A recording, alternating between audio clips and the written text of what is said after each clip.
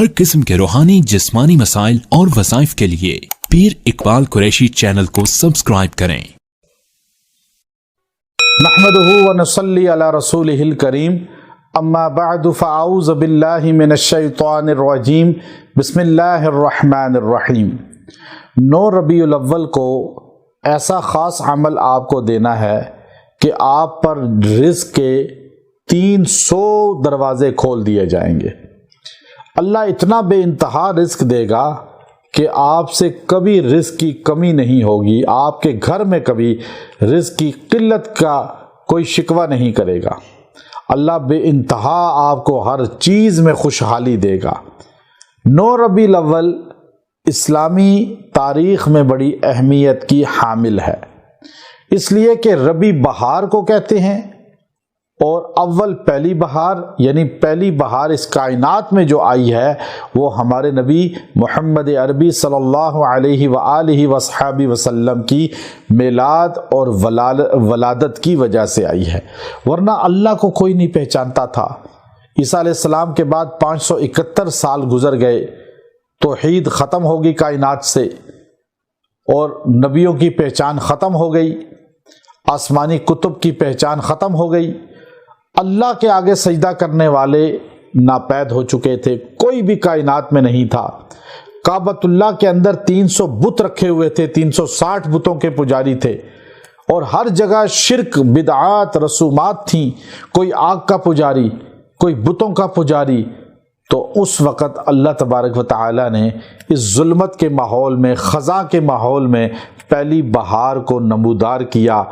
ہمارے نبی کی ذات گرامی ہستی اس دنیا میں تشریف لائی، اللہ نے اس مہینے کو ربیع الاول کہہ دیا، اور اس لیے آپ بہار بن کر آئے اور توحید کے ترانے گونجے، اللہ کا تعارف ہوا، بتوں سے نہ ہونے کا یقین آ گیا، اللہ کے علاوہ کوئی مسجود نہیں، کوئی حاجت روا نہیں، کوئی مشکل کشا نہیں، یہ یقین آپ کا دیا ہوا انسانوں کے اندر پھیلنے لگا، اسلام کا عقیدہ مضبوط ہو گیا۔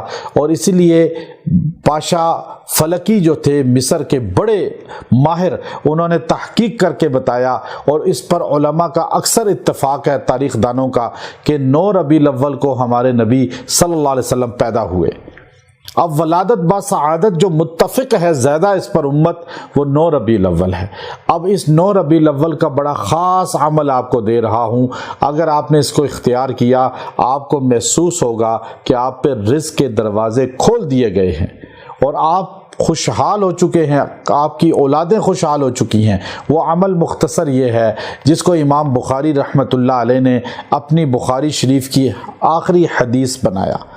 آخری حدیث کی وہ زینت ہے، وہ کلمتان حبیبتان الی الرحمن ثقیلتان فی المیزان، اور اب وہ دیکھیے خفیفتان علی اللسان سبحان اللہ وبحمدہ سبحان اللہ العظیم۔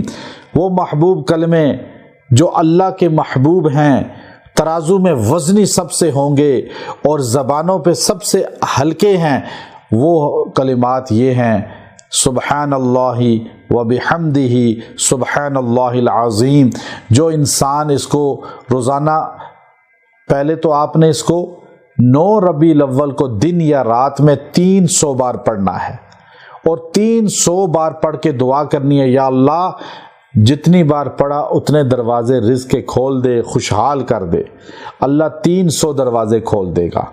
آپ جتنے زیادہ کا دعا کریں گے اللہ اتنے دروازے کھول دے گا، چونکہ اللہ کے خزانے میں کمی نہیں ہے، اور آپ یہ کلمات رزق کو کھینچتے ہیں۔ بلکہ ایک روایت میں آتا ہے کائنات میں ہر مخلوق کو جو رزق ملتا ہے ان کلموں کی وجہ سے ملتا ہے۔ جو اس کو روزانہ پڑھے گا، بعد میں بھی اس کو تلاوت کیوں کرتا رہے گا، اس کو رزق کی کبھی کمی نہیں ہوگی۔ وآخر دعوانا ان الحمد للہ رب العالمین۔